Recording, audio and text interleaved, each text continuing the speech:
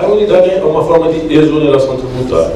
E uma exoneração que vem, no nosso direito positivo, dada pela Constituição. Ela é uma forma de compor a competência tributária, ou seja, seguindo os preceitos, vamos chamar assim, de positivos, pelos quais a Constituição outorga a competência para as pessoas políticas poderem criar os seus tributos, e juntando com os negativos, ou seja, aquelas situações em que a Constituição proíbe que sejam criados tributos sobre elas, nós temos a competência tributária. E eu trouxe só para relembrar dois conceitos que eu acho fundamentais e bastante precisos, por coincidência de duas grandes professoras, a professora Isabel Ders e a professora Regina Helena Costa.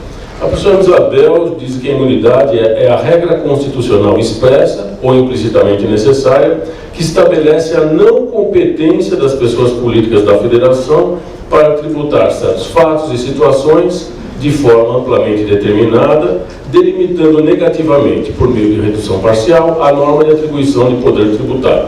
Acho que ela disse a mesma coisa que eu acabei de falar, com palavras evidentemente mais precisas. A professora Regina diz: a imunidade é a exoneração fixada constitucionalmente, traduzida em norma expressa, impeditiva da atribuição de competência tributária ou extraível necessariamente de um ou mais princípios constitucionais que confere direito público subjetivo a certas pessoas nos termos por ela delimitados de não se sujeitar à tributação. Eu reforcei essa expressão que extraível necessariamente de um ou mais princípios constitucionais, porque aí me parece que está implícito um grande vetor de interpretação das imunidades, né? Que é o seu caráter, que me parece que assim, teleológico na interpretação das imunidades. Exatamente diferente das isenções tributárias, para as quais o Código Tributário, inclusive, diz expressamente que deverão ser interpretadas, dizer literalmente, eu diria, isso não pode ser, não é? Porque a interpretação literal, em qualquer âmbito do direito, é só pressuposto de interpretação, mas restritivamente. Então, para as imunidades, nós temos uma regra precisa, para as isenções, nós temos uma regra precisa, estabelecida até pela lei complementar, que é o Código Nacional, dizendo que tem que ser a interpretação restritiva. Quanto às imunidades, a doutrina de há muito tende a interpretá-las ampliativamente, né? E a própria jurisprudência percebe-se que, para e passo, ela vem interpretando sempre ampliativamente as imunidades. E com razão, no meu modo de ver.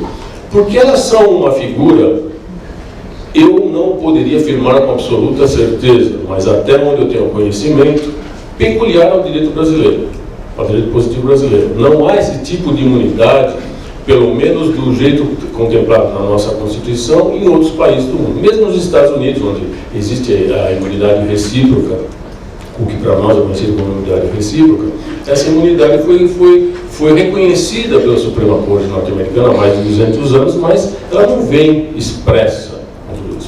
Como eu costumo dizer sempre, no Brasil, eu diria, muitas coisas não são melhores nem piores, são sempre diferentes.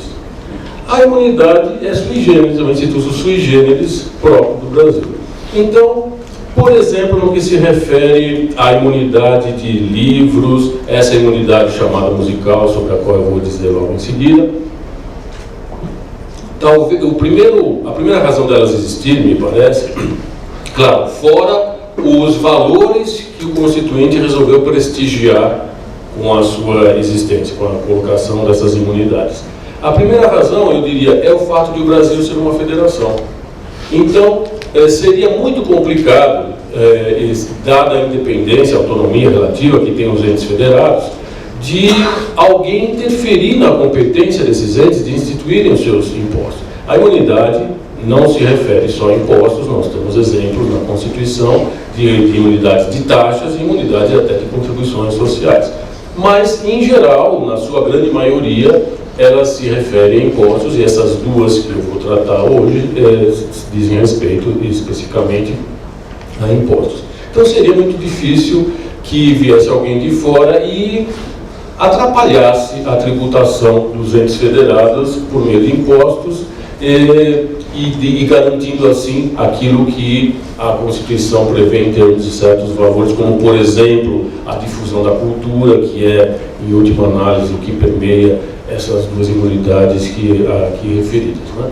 Então, vindo por meio da Constituição, já está impedindo que os entes federados, ou seja, a nossa federação foi construída, entre outros fatores, com exatamente com essa configuração de que certos entes não poderiam tributar certas pessoas, certos bens, certas situações que a própria Constituição escolheu.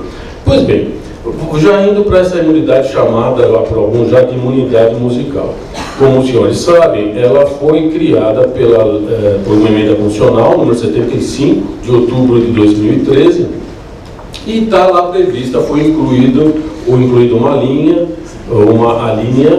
no item 6 do artigo 150 da Constituição, que diz, lembrando, sem prejuízo de todas as garantias asseguradas ao contribuinte, é vedado à União, Estados, Federados e Municípios instituir impostos sobre, a linha E, fonogramas e videofonogramas musicais produzidos no Brasil, contendo obras musicais ou literomusicais de autores brasileiros ou obras em geral interpretadas por artistas brasileiros, bem como os suportes materiais ou arquivos digitais que os contenham, salvo na etapa de replicação industrial de mídias ópticas de leitura a laser. Ou seja, no meio de tudo isso nós temos um pouco de linguagem técnica, né, que não exatamente jurídica. Por exemplo, essa replicação industrial de mídias ópticas de leitura a laser, né? Mas o que se quis com isso? Parece que foi evidente, foi a única forma que os autores brasileiros conseguiram de generalizar um pleito que vende há muito, né? Que seria prestigiar a criação nacional em termos de obra musical, né? Abrangendo a própria música em si e a letra de música. Então, como não haveria um meio facilmente de evitar a tributação de tributos estaduais, eventualmente de municipais que incidissem sobre o assunto, conseguiu-se fazer que a Constituição fosse enxertada para se prever isso daí. Então, quer dizer, devidamente ou não, escolhendo um setor adequado ou dentre outros setores que possibilitariam também uma inclusão de algum tipo de imunidade na Constituição, os artistas conseguiram isso, como os municípios conseguiram há alguns anos aquela chamada contribuição para a iluminação pública. Quer dizer, não tinha outro jeito, inventaram uma coisa que para os municípios satisfazerem um pleito que também já tinham há muito tempo. Pois bem, então o que é mais ou menos isso? O que é fonograma? O fonograma está abrangido por essa imunidade. Segundo o dicionário Aulete, na acepção que aqui interessa registrar, que ele chama de acústica, o fonograma é qualquer registro exclusivamente sonoro em disco, fita, etc. E o videofonograma? São os vídeos que possuem sons musicais. Então, estes fonogramas e videofonogramas musicais, desde que produzidos no Brasil, contendo obras musicais ou literomusicais de autores brasileiros ou obras em geral interpretadas por artistas brasileiros, né? Estes são imunes, né? Aí começam a surgir as questões. Então, um artista brasileiro que grava no Brasil, portanto, porque tem que ser produzido no Brasil para fazer jus à imunidade, né? Ele tem como está claro que é imune, por exemplo, o CD que ele lançar, né? O que não é imune, já vou adiantando, como diz a parte final, é a industrialização desses CDs, por exemplo. Não é só esse tipo de mídia, eu diria, talvez a mais fácil de a gente visualizar, né?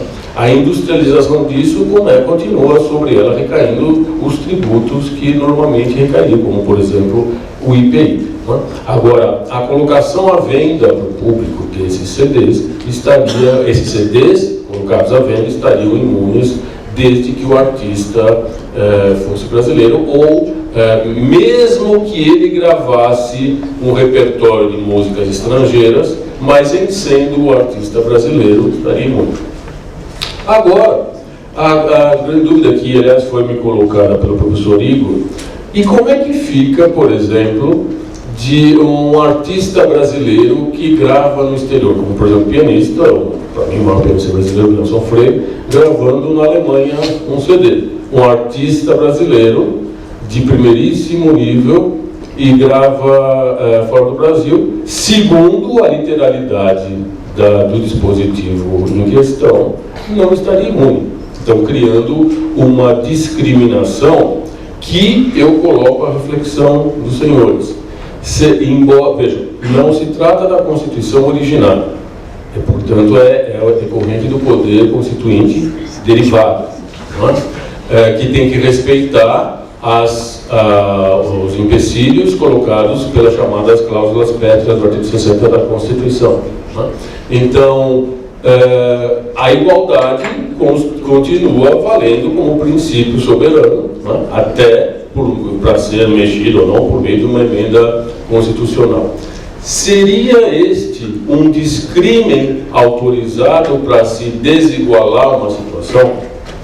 Por exemplo, eu estou dizendo isso para que os senhores meditem se, eventualmente, neste ponto, ou estenderíamos imunidade para essa situação que o professor Igor disse, ou poderíamos cogitar da sua inconstitucionalidade.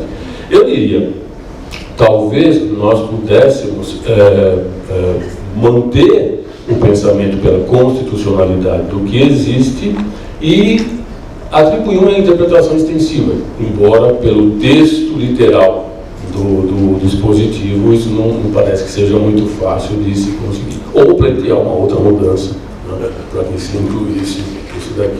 De qualquer forma, eu acho que é um assunto bastante recente, que ainda não tem, demanda uma meditação um pouco mais aprofundada, até porque não é só exatamente isto que está no texto desse dispositivo que está em cogitação, mas, na verdade, a interpretação que se vai dar às imunidades, como eu vou procurar mostrar quando falar dos livros, né, que tem a ver com essa ampliação ou essa especificação que foi dada por esse dispositivo da imunidade musical. Então, como eu disse, por exemplo, a replicação industrial de mídias óticas e leituras está sujeita à tributação de ICMS e IPI, por exemplo. Não é o caso do CD. Ou seja, os CDs e DVDs, antes de serem submetidos à gravação, com os fonogramas e videofonogramas, sofrerão tributação. E aí, considera-se isso uma espécie de imunidade objetiva. Os senhores sabem, né? Uma das classificações que costuma fazer de imunidade quando ela ser objetiva, referido à coisa propriamente dita, ou subjetiva. E no caso, por exemplo, embora ela seja objetiva, essa imunidade chamada musical, porque se refere à coisa, ao produto da arte feita pelo artista brasileiro, também lembrado pelo professor Igor. O que se pretende é ampliar a cultura e difundir a cultura brasileira e também, essa é uma das razões na exposição de motivos que motivaram a proposta de emenda, mitigar a chamada pirataria, não é? Pelo menos com relação a obras de artistas brasileiros. Mas também, como bem colocado pelo professor Igor, ela estaria, na verdade, diretamente atingindo não o cidadão, mas sim os produtores musicais. Também coloca a meditação. Me parece que, apesar disso, de forma indireta, está atingindo seu objetivo, que é proporcionar uma ampliação da cultura de música brasileira no Brasil. Bom, sobre a imunidade dos livros, jornais e periódicos, como você sabe, está no mesmo artigo 156 do 6º, letra D. É proibido instituir imposto sobre livros, jornais e periódicos e o papel destinado à sua impressão. Então, essa imunidade claramente já foi muito pisada pela doutrina, pela jurisprudência, tem como valores que se sobrepõem a ela a liberdade de expressão e opinião, a cultura, a educação e informação, como diz, por exemplo, o professor Sacha. E aqui lembro uma frase muito importante do Aliomar Baleiro, quando tratava dessa imunidade, que me parece que não podemos esquecer da evolução histórica de certos institutos, como, por exemplo, este da imunidade no direito brasileiro. E o Aliomar Baleiro diz que esta imunidade não visa só difundir a cultura, mas também a evitar que o tributo seja criado com o fito de censura. Porque já houve isso, por exemplo, com relação ao papel destinado à impressão de jornais aqui no Brasil. E na Inglaterra houve até havia uma chamada tax on the knowledge, uma taxa sobre um imposto, na verdade, sobre o conhecimento, sobre a informação, né, que justamente tinha por objetivo impedir que muitas pessoas tivessem acesso à informação e ao conhecimento, o que sempre foi interessante para o poder se manter em contexto. Né? Então isso daqui foi derrubado, não existe mais, felizmente, né, na Inglaterra, mas também esta imunidade tem por objetivo não só a difusão da cultura, a proteção da liberdade de expressão, etc. e tal, mas lembrando também essa observação muito pertinaz do Aliomar Baleiro, que ela também auxilia muito a manutenção do Estado de Direito na medida em que bloqueia qualquer tipo de censura sobre isso daqui, né? Ou pelo menos dificulta. Enquanto a questão central hoje sobre livros, periódicos, etc. e tal, porque isso já foi discutido, quer dizer, o que é livro, o que é periódico, o que é o papel, o que abrange o papel. O Supremo já decidiu, por exemplo, que lista telefônicas, apostilas, encadernações acadêmicas, etc. e tal, estavam abrangidas pela expressão periódicos e, portanto, estavam ao abrigo desse tipo de imunidade. Porque isso é importante perceber. Nesse sentido, aqui se vê claramente que é um tipo claro de imunidade objetiva, porque se refere à coisa em si, não ao conteúdo da coisa. Então, por exemplo, já se discutiu se, por exemplo, um livro, uma revista que veiculasse pornografia ou assuntos políticos ou éticos complicados, não é? Se estaria o abrigo da imunidade. Não, aqui não, o que é a coisa em si. O livro está protegido. Só que, e aí eu entro no cerne dessa segunda parte, hoje em dia o livro não é mais somente aquele encadernado de páginas, um monte de páginas encadernadas e com uma capa. Hoje em dia nós temos outras formas de se veicular o que um livro clássico veicula. E então a questão é se saber, esses livros, vamos simplificar o chamado livro eletrônico, né, ou CD-ROMs e coisa e tal, estariam abrangidos pela imunidade? Se nós fôssemos interpretar literalmente, restritivamente, a expressão do texto constitucional, é claro que não. Mas como me parece que a interpretação tenha que ser, nesse caso, preponderantemente, diria, nunca a interpretação é só lógica, é só sistemática, é só literal. Ela é um conjunto de métodos que se pode aplicar para descobrir o melhor direito, ou o melhor espírito que a lei quis passar. Né? Mas, nesse caso, a interpretação é teleológica e evolutiva. Então, o conceito de livro hoje evoluiu. Então, na Constituição de 88, porque ela não vem só de 88, ela já vem desde 46, pelo menos, nessa imunidade. Nós não tínhamos essas mídias eletrônicas como temos hoje. Hoje em dia, em 5 anos, as coisas evoluem muito rapidamente. Não é? E o legislador constituinte não precisaria, imagino eu, pelo menos, se preocupar em prever que qualquer tipo de veiculação daquilo que o livro veicula estaria ao abrigo dessa imunidade. parece que, preponderantemente, hoje a doutrina e a própria jurisprudência se encaminham para dizer que o chamado livro eletrônico também está ao abrigo da imunidade. E eu trago aqui um trecho de um acórdão do TRF da Terceira Região, que diz, eu acho bastante importante isso, né? Os livros são veículos de difusão de informação, cultura e educação, independente do suporte que ostentem ou da natureza da matéria-prima utilizada na sua confecção. E como tal, fazem jus a essa imunidade. Acho que aí está resumido, pelo menos o que eu penso, né? Que deveria ser assim e, portanto, está sob repercussão geral, essa matéria no Supremo Tribunal Federal, um acórdão cujo relator foi o ministro Toffoli, né? E me parece que isso não vai ser julgado, e espero eu, na verdade, com essa amplitude que se desejaria para justamente fazer valer com mais extensão esses direitos fundamentais, que aliás essas imunidades têm a ver com os chamados direitos fundamentais.